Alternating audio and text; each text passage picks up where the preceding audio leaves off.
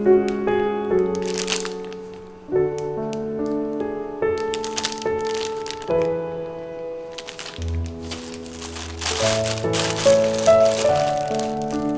っと花入ってさ、咲いちゃってる。もういいか。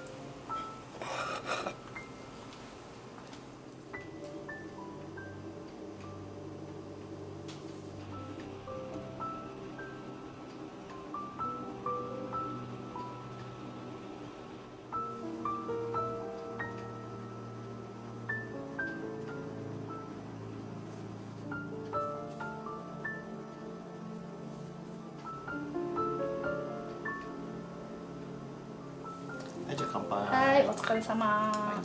いただきます。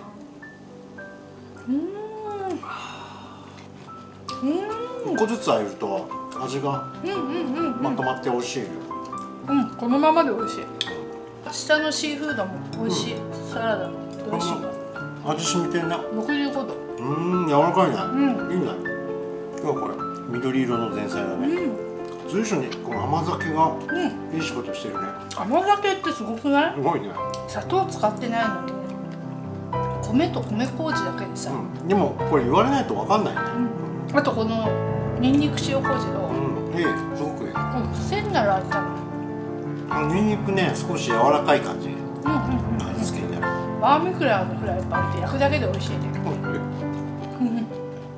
これなんかすごい美味しいんだけど、これなんだ？あ、これマコモダケとピーマンとしめじ。あ、これ塩昆布もいい仕事してんだな、これ。塩昆布とごま油と塩だし。美味しい、すごい。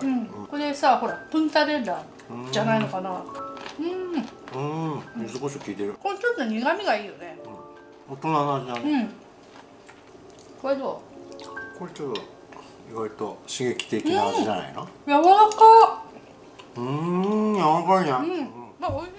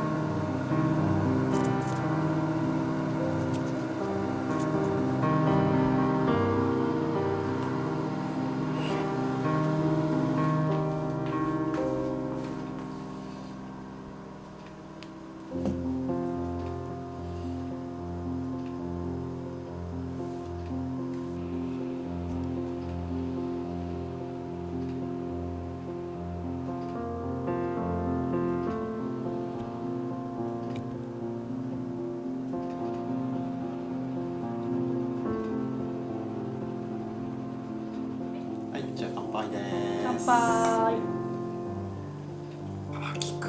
あー運動の後だから、ね美味しい、ね。どの後美味しいね。いただきます。おお、すごくなんかすごいボリューミーで。でも一個一個は超簡単な料理な。いうん。ただきます。はい。おいしい。うん。あ、天ぷら熱々のうちにいっちゃおうかな。あ、そうね。これさ、天ぷらの塩、天ぷら専用の塩、前買ってたやつ。おおいいね。これ、おすごい細かいね、細かいね。どうカリカリ？どう？上がってる？カリカリが美味しい。たまにいいね、天ぷらね。